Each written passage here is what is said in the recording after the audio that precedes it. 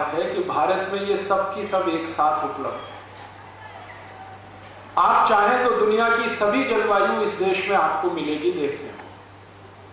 कैसी जलवायु आप चाहें देखना, आप अगर कल्पना करें कि हमको अफ्रीका की जलवायु देखनी है तो ज्यादा दूर मत जाइए, यहीं राजस्थान के जैसलमेर जिले में चले जाइए, अफ्रीका के सारे रेगिस्तानी इलाके की जलवायु आपको जैसलमेर और उसके आसपास दिखाई दे जाए। फिर आप कहेंगे जी हमको तो दक्षिणी अमेरिका वाली Brazil, Mexico, Chile, Costa Rica, Colombia की जलवायु देखनी है, तो भी बहुत दूर जाने की जरूरत नहीं पड़ेगी। दक्षिण भारत में कर्नाटक में कुछ एक इलाका है जिसको पहाड़ी इलाका कहते हैं, कुर्ग के आसपास का, वहां चले जाइए तो ब्राजील, मैक्सिको, चिली, कोस्टारिका की जलवायु आपको वहां मिल जाएगी। फिर आपको ऐसा लगता हो कि दुनिया के बहुत अधिक समुद्र से घिरे हुए देशों की जलवायु भारत में देखनी है, तो बहुत दूर मत जाइए, 2500-3000 हजार किलोमीटर पर केरल है, केरल को देख लीजिए तो समुद्र के आसपास की जलवायु दिखाई दे जाए। फिर आपको अगर ऐसी जलवायु देखनी हो डेनमार्क की, स्वीडन की, जहां बर्फ जमी रहती है सड़कों पर, तो ज्यादा दूर मत जाइए, जम्मू कश्मीर चले जाइए, हिमाचल प्रदेश चले जाइए, उत्तरांचल चले जाइए, आपको वो वहां दिखाई दे जाए।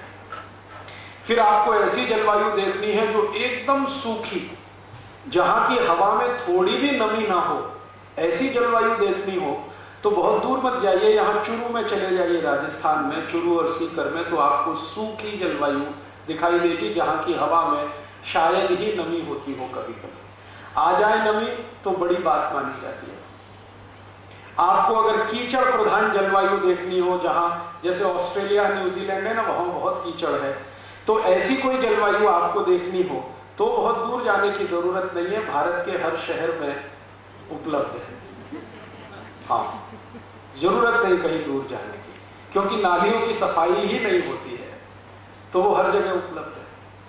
आपको जो देखना हो यहाँ सब है भारत। और बहुत दिन से भारत के बारे में मैं ये सोचता रहा कि ये चक्कर क्या है, दुनिया में 16 तरह के क्लाइमेट जोन्स माने जाते हैं, वो सबके सब भारत में हैं, तो शायद भगवान की कोई कृपा है। दुनिया के जो दूसरे बड़े देश जिनको हम अमेरिका कहें, Germany, France, Sweden, Switzerland, Denmark, Norway, किसी भी देश में 2 से ज्यादा क्लाइमेट जोन नहीं है। 23 देश हैं यूरोप के जो बहुत नजदीक नजदीक बसे हुए हैं, वहां तो 2 ही क्लाइमेट जोन है, एक ठंड है और एक भयंकर ठंड है, इसके अलावा तीसरी कोई चीज नहीं है। अफ्रीका में चले जाइए तो 2 ही क्लाइमेट जोन है, एक गर्मी है और एक भयंकर गर्मी है। अगर आप लैटिन अमेरिका में जाएं, ब्राजील और मैक्सिको में, तो वहां 2 ही मौसम है, एक बरसात है और एक भयंकर बरसात है। कुछ कुछ देश तो ऐसे हैं जहां 8 महीने पानी बरसता ही रहता है। भारत में भी गोवा में चले जाइए, 8 महीने पानी बरसता रहता है। तो हर देश के बारे में जब ये कहा जाता है भौगोलिक स्तर पर कि ये देश का क्लाइमेट जोन ऐसा, ये देश का क्लाइमेट जोन ऐसा, भारत के बारे में ये कहा जाता है कि सब क्लाइमेट जोन इस देश में है। इसलिए भारत के क्लाइमेट जोन को परिभाषित करने के लिए एक शब्द है समशीतोष्ण। यहां सब कुछ सम है, विषम कुछ भी नहीं है, असम कुछ भी नहीं है, सब सम है। गर्मी आएगी तो बराबर आएगी, बरसात आएगी तो बराबर आएगी, सर्दी आएगी तो बराबर आएगी, बसंत ऋतु आएगी तो बराबर आएगी, शिशिर ऋतु आएगी तो बराबर आएगी। यहां जो भी कुछ है वो बराबर है।